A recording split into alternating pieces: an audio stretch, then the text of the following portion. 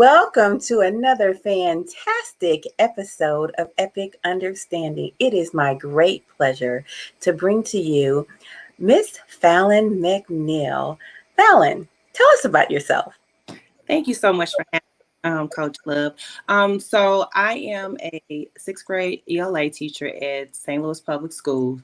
I've been teaching for the last 7 years. I have two children.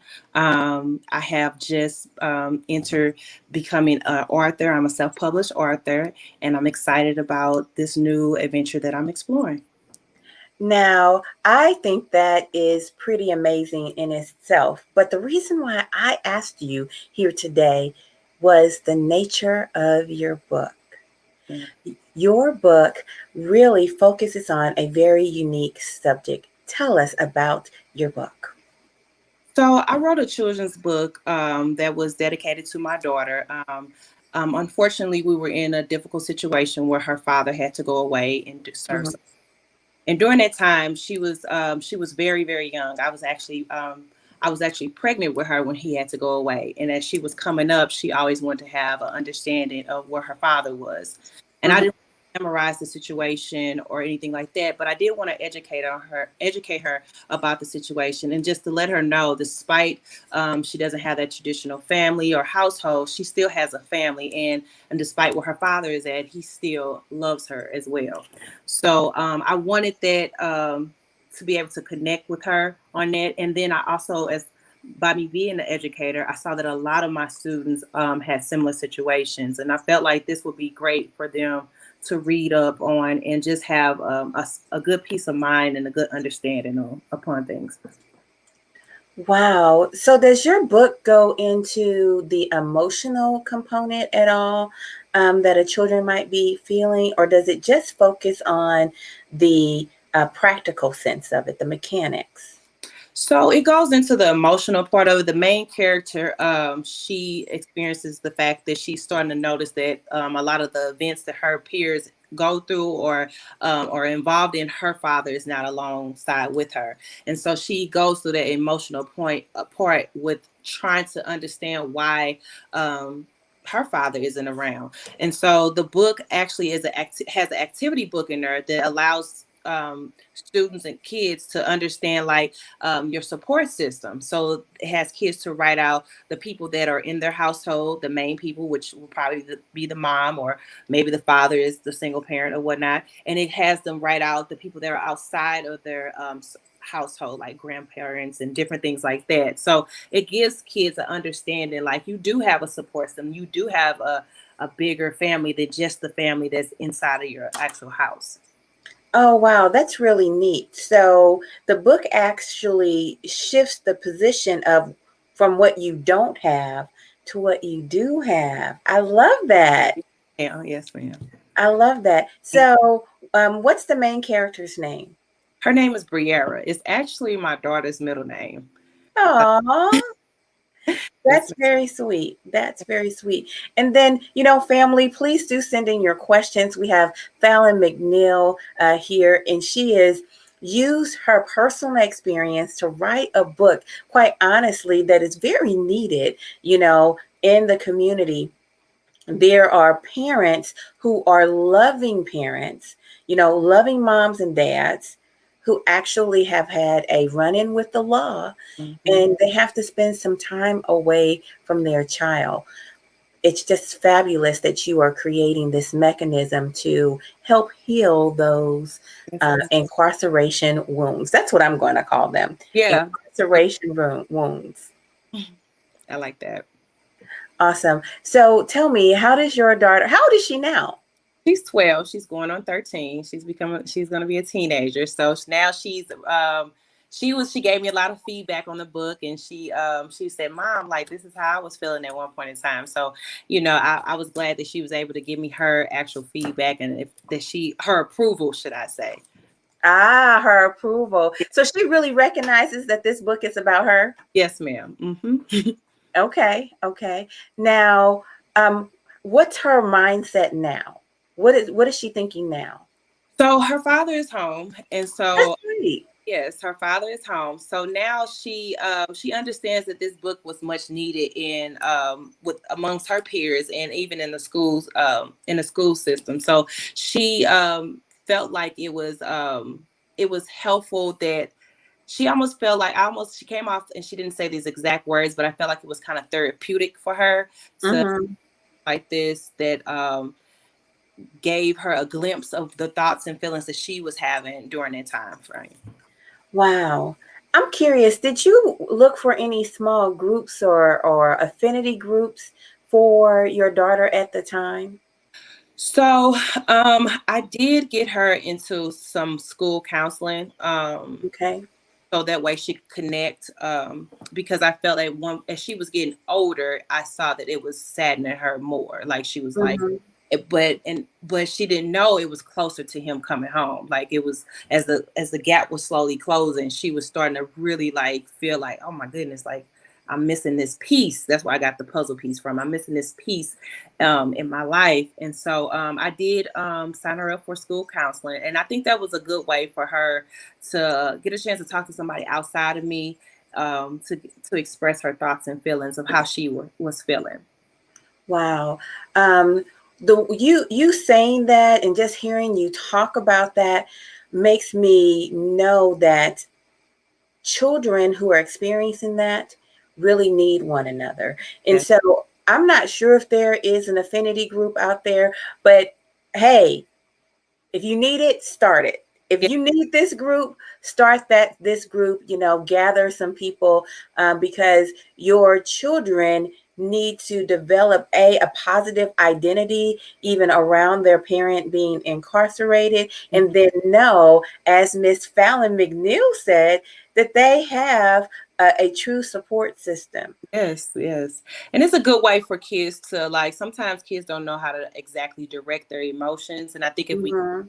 a wider platform or other than like just social media and just going to be able to write and jot and actually be able to verbalize how they really truly feel, and for it's a good way for parents to communicate with the book and alongside with their child so they can actually point out like, you have a bigger circle than what you even thought can even think of. Like you're just so used to these people being around you, you never really put it in perspective like this is your support system. So yeah, it's a good way for that parent and child interaction as well. So, Amen. You know what? I'm feeling a blessing on what you're doing. We got a couple of good questions. yeah, Jeffrey Davis, thank you for this question, Jeffrey. yes. Where can they purchase the book?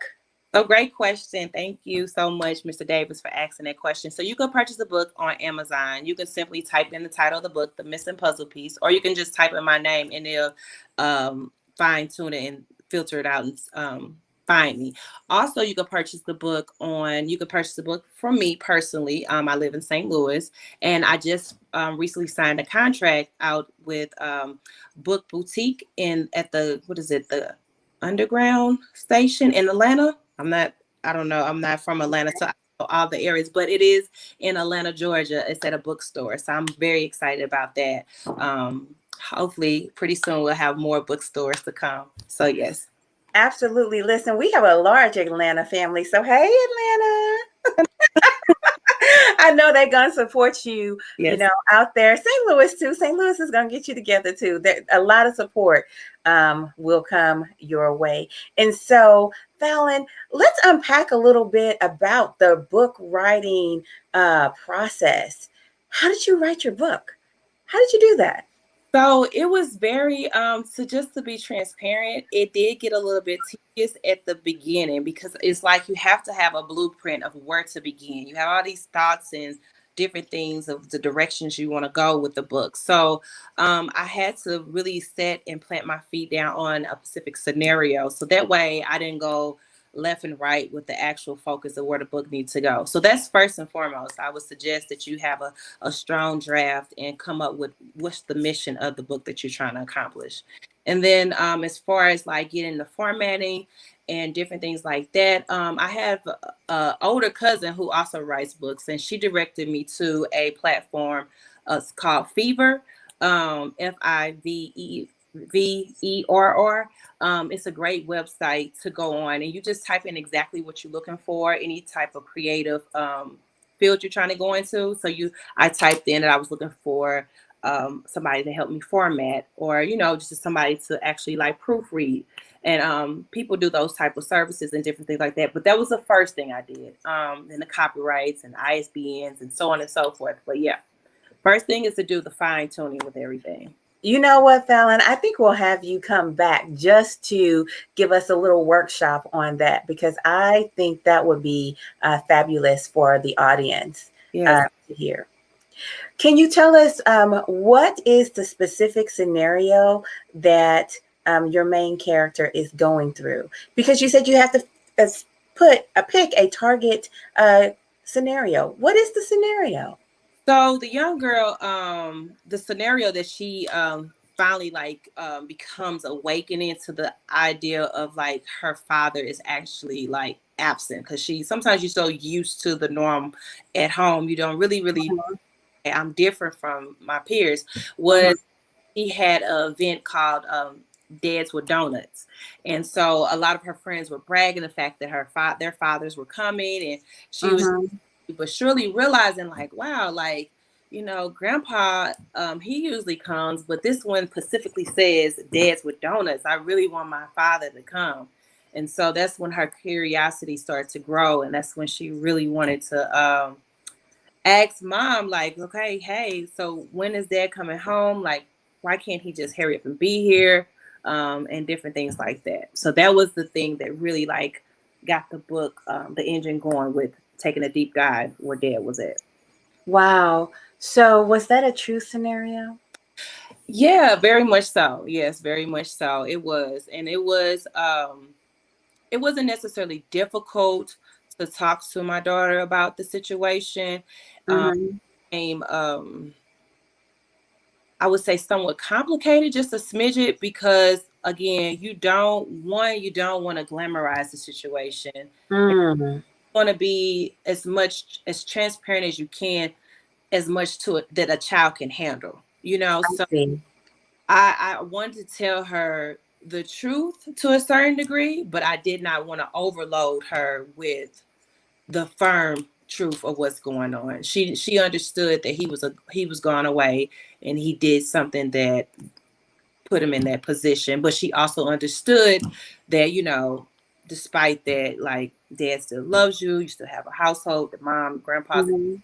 so yeah. So did you ever address the idea of innocence or guilt in the circumstance, or how did you work through that?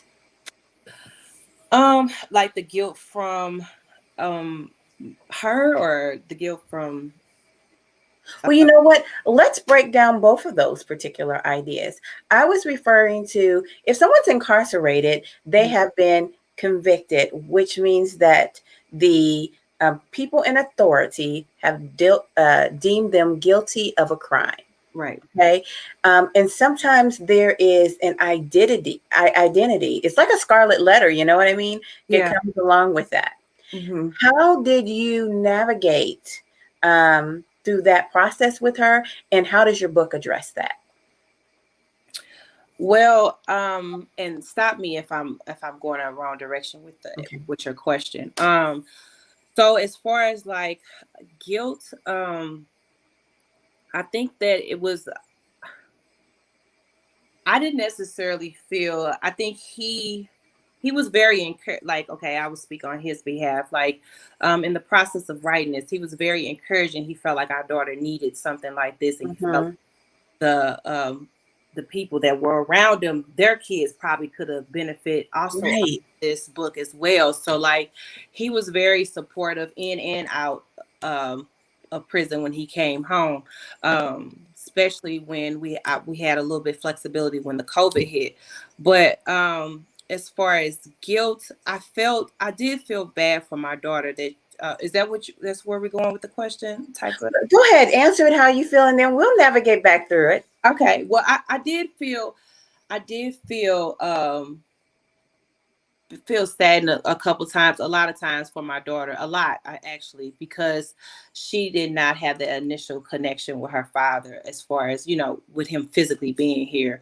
But I felt like the book also was, it was therapeutic for me because I also was going through the fact that I didn't have that for her. I wanted that for her. I wanted her to have a traditional mom dad type of deal in the household. So I felt guilt about the whole situation, period. But God is amazing, and we were able to, and kids are so resilient to a lot of Mm-hmm. different things. And as long as you continue to pour in the gaps and fill in the gaps as a parent, and again, be as transparent, but as you possibly can, but still like filter it out enough for a kid to understand. I think that you don't experience so many issues. Like, I mean, at least we didn't at home, because my parents were very, very instrumental in my daughter's life. Her grandfathers, she has grandfathers, and she was blessed to have that are very, very strong men and very, very professional men, and really had that good, strong role model for my daughter. And so, like, and my mother as well. So, like, with that being said, we were a team. So, Okay. yeah, that helped out a lot.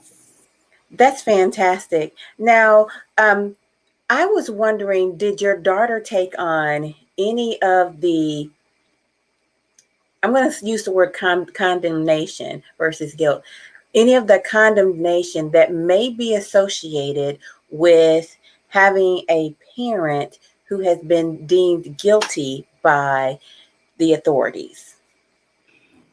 No, um, like, did she feel bad about the situation, Yeah, or? yeah, Yeah, yeah.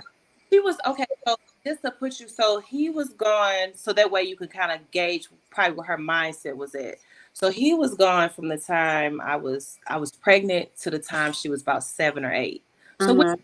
said, like, I mean, toddler age, she's still like kind of clueless up until Mm-hmm.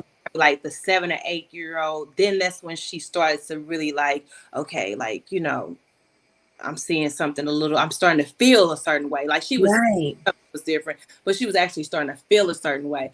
But I don't, like I said, by the time I feel like those feelings were strongly started to develop, I jumped up on it and I made sure she received school counseling, and I talked to her. And like I said, shortly after that, her father was starting to transition back home. So Mm-hmm. gaps were closing in. You know, Fallon, I have to tell you, what you have done here speaks to the pain of so many people. And there is one thing that makes pain worse, Mm, is when it's unseen and when it's unacknowledged. mm. You have just been the salve to so many unseen wounds. I really thank you for that. Thank you so much. I really thank you for that. And for that reason, I ask, when is the sequel? Oh, question. It's That's a good question. It's actually coming out very, very soon. Very soon. And just to give you the idea of where I'm taking all my books, all of them will say children books. All of my books are going to be centered around helping kids cope through different issues. Okay. The small glimpse of my next book is about, it's going to be a young boy that experiencing some issues, difficulties with his parents, kind of like having some arguments type of deal. Okay. Kids some tools to use to understand, like, despite all these different things are happening in the household, what I'm saying, like, these are not, it's not because of you did nothing wrong. Here's some coping mechanisms that you can take, here's some steps that you can go through. So I plan on, in each book, issuing out um different activities so kids can, like, kind of like think through them and Uh-huh. jot different things down. Fallon, I am just so excited. Here's the little man. Bring him on up. Bring him up. Who's this little guy? Hi, little man. Hi, handsome. Hi. Are you proud of mommy? Yeah. You look a lot like your mommy. Your smile is just as bright as hers. Different. Okay, What? he's trying to show you his tablet. Oh, that's beautiful, darling. That's beautiful. What's your name? Wait, he said, "What's your name?" Alan. His name is Alan. Hi there. You are too cute. You brighten my day, darling. Thank you. Choose something to paint. All right. Listen, I'm going to give you, I'm going to give you a kiss and let you go play, okay? You say bye-bye. Bye-bye. Okay, go back All right. in there in a second, okay? Okay, 1 second, okay? Okay, right back. I'm... Okay, take your Pop-Tart in there. Oh, my goodness. He's so cute. Thank you so much. He is too cute. He is too cute. Thank you. Okay, so Fallon, it sounds like to me that you are really going down the vein of helping children cope from one situation to the other situation. And so what your line of books are going to be is a tool for parents to use in order to help them deal with situations that may come up, may bubble up in family scenarios, right? Yes, ma'am. So I that's the goal. I really want to give out different family issues. I apologize for the background. Well, you know what? That's okay. You're a mom and you're a working mom, so this is just part of it, right? Go ahead. I'll be right back. Go. Okay. So I'm trying to I want the goal is not trying. I'm going to speak it into existence. So I will tell people, encourage people to speak differently, and I'm definitely trying to change the way I speak as well. I am going to write a series of books, like you stated, that is going to help students and kids deal with different issues that are non-traditional than what we are normally seeing in the children's books that we read. I think nowadays you do see different books that talk about trauma and different things like that. But sometimes you don't see the books that look like you and I. So I really make sure that some of my books will have the way that a parent may talk to a child. Like I say things like in my books, like baby. I mean, that's something that we usually say to our kids, or just different things. I want my book to be a lot, really, really relatable. Right. And different things like that. So my students and my kids can connect to it and be engaged by it. Because I in school, reading the books that are mandatory to read, sometimes it's a disconnect. It's not a connection.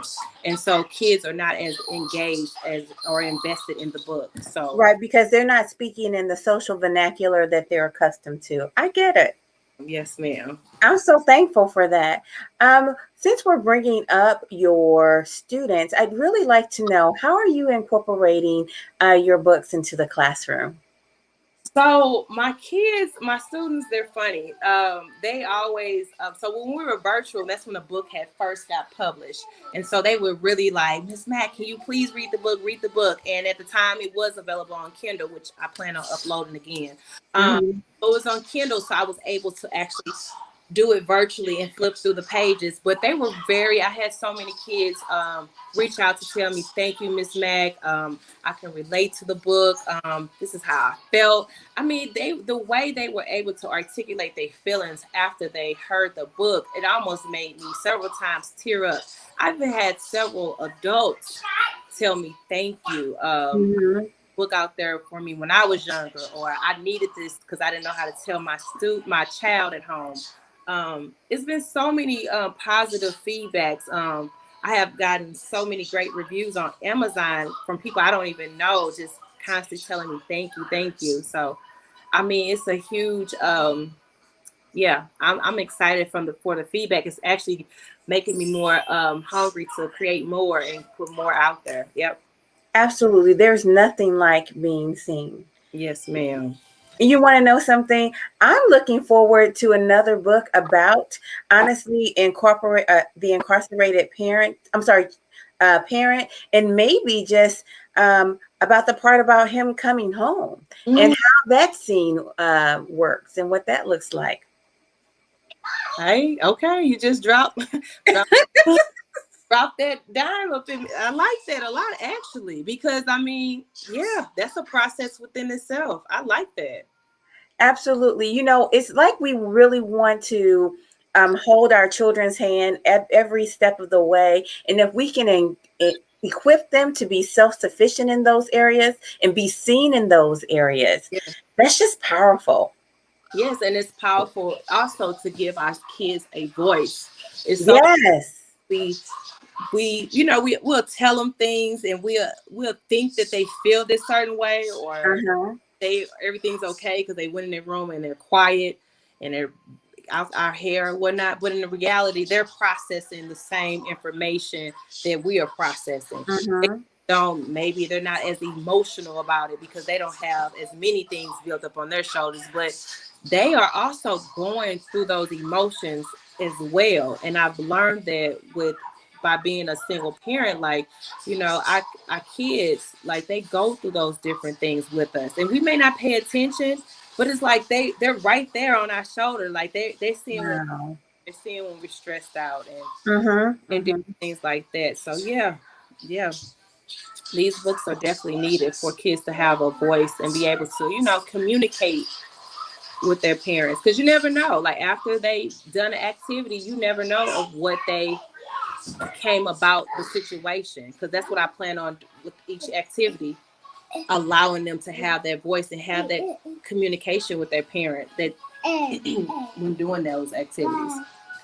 That's fantastic. Now, being that you are a expert in teaching children how to read, and so many parents are out there and they're basically schooling their children, can you give the parents a little bit of advice on how to teach their children to read? Yes. Okay. So I'm sorry, you all. So repetition is very important. One of the things I can say. So right now, I'm in the process of teaching my son how to recognize repetitive words in a book. So, for instance, he's reading "Please, Baby, Please" by Spike Lee. That was my daughter's favorite book. That's his favorite. Okay. And so in the book, it has a lot of repetition. And so kids are able to build that muscle memory and have that memorization and memorize the book. So that's the first way we learn how to read. Sometimes we're like, oh, they're not sounding it out. Da, da, da, da. They're not doing the phonics, but that's okay. Like, they need to be able to see those same words over and over and build up that muscle memory to build that memory bank up. So that's the first thing I would say. Another tip that I would give, that's an easy tip, is by our kids always being on social media, watching TV and different things, like, put the captions on the movie. Let, That's a good one. Yes. let the kids watch the movie alongside with the captions right underneath it. That's another way that I think that is like a good way to start those different small fundamentals of reading, because again, we have to go where they're at. They're always on Absolutely. TV, they're always engaged in this. It's like, why not do that? Why not tell um little Jojo to turn the caption on when he's watching his favorite show? And that right there, you're building it up right then and there. So those are some key things I would say. Another thing I would say, it is very powerful to read to your kids. Reading is Okay.